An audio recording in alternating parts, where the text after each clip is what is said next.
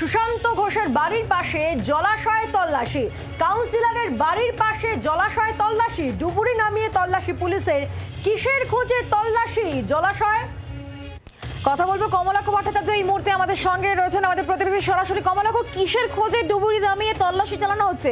কি বুঝতে চাইছেন তদন্তকারী আধিকারিকরা? কি রয়েছে?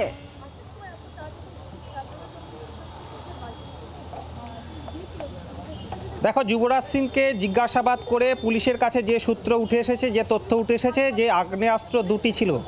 একটি আগ্নেয়াস্ত্র তাক করেছিল যুবরাজ সুশান্ত ঘোষকে, এবং সেই আগ্নেয়াস্ত্রটি তার সঙ্গে সুশান্ত ঘোষের সঙ্গে যে দুজন যে সঙ্গী ছিলেন তার সঙ্গে গল্প করছিলেন, তারা ধাওয়া করে যখন এই যুবরাজ সিংকে ধাওয়া করে তখন তার হাত থেকে একটি আগ্নেয়াস্ত্র পড়ে যায়, যে আগ্নেয়াস্ত্রটি উদ্ধার করে পুলিশ। কিন্তু ছুটতে গিয়ে আরও একটি আগ্নেয়াস্ত্র এই সুশান্ত ঘোষের যে বাড়ির সামনে সেখান থেকে প্রায় 100 মিটারের মধ্যেই আরেকটি খাল রয়েছে, ছুটে পালানোর সময় এই খালে আরও একটি আগ্নেয়াস্ত্র ফেলে দেয় এই অভিযুক্ত যুবরাজ এবং তার সঙ্গীরা বাইকে যে ছিলেন, তেমনটাই কিন্তু পুলিশের সূত্রে উঠে আসছে। সেই আগ্নেয়াস্ত্র খোঁজেই কিন্তু এই মুহূর্তে আমরা দেখতে পাচ্ছি কলকাতা পুলিশ ডুবুরি নামিয়ে সেই খালে প্রায় আধ ঘন্টার ওপর তারা কিন্তু সেই তল্লাশির কাজ চালাচ্ছেন। যুবরাজকে জিজ্ঞাসাবাদ করেই কিন্তু এই তথ্য এসেছে। এই তথ্যের পরিপ্রেক্ষিতেই কিন্তু এই মুহূর্তে ডুবুরি নামিয়ে সেই তল্লাশির কাজ চলছে, যে আগ্নেয়াস্ত্রটি ছুটে পালানোর সময় এই খালের দিকেই ছুঁড়ে ফেলা হয়েছে, এমনটাই কিন্তু জিজ্ঞাসাবাদে যুবরাজ সিং জানিয়েছেন। এবং সেই পরিপ্রেক্ষিতেই এই মুহূর্তে আগ্নেয়াস্ত্রটির সন্ধানে কলকাতা পুলিশের টিম আমরা দেখাবো, একদিকে ডুবুরি, অন্যদিকে কলকাতা পুলিশের টিম, তারা কিন্তু খাল পাড়ে তারা চলে এসছেন। আধ ঘন্টা সময় ধরে সেই খালের মধ্যে লাগাতার তল্লাশি চালাচ্ছেন কলকাতা পুরসভার কলকাতা পুলিশের কর্মীরা। এবং মনে করা হচ্ছে যে এই আগ্নেয়াস্ত্রটি লোডেড ছিল কিনা সেই বিষয়েও কিন্তু এই মুহূর্তে পুলিশের কাছে সেটি তদন্তের বিষয়।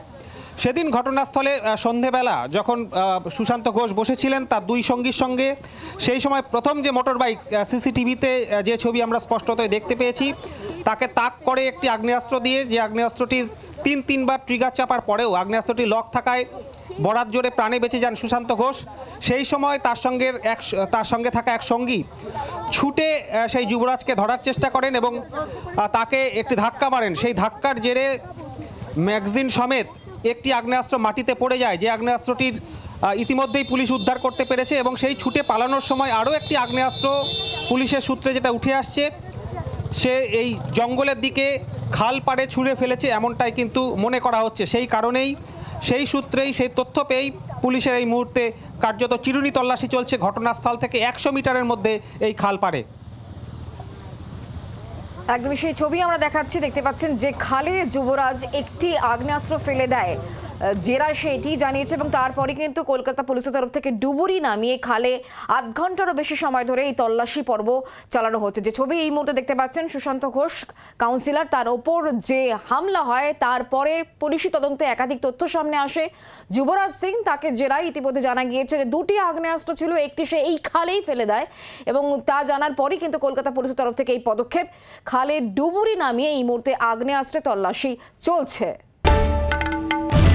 বাংলার আওয়াজ, বাঙালির আবেগ, জি 24 ঘন্টা।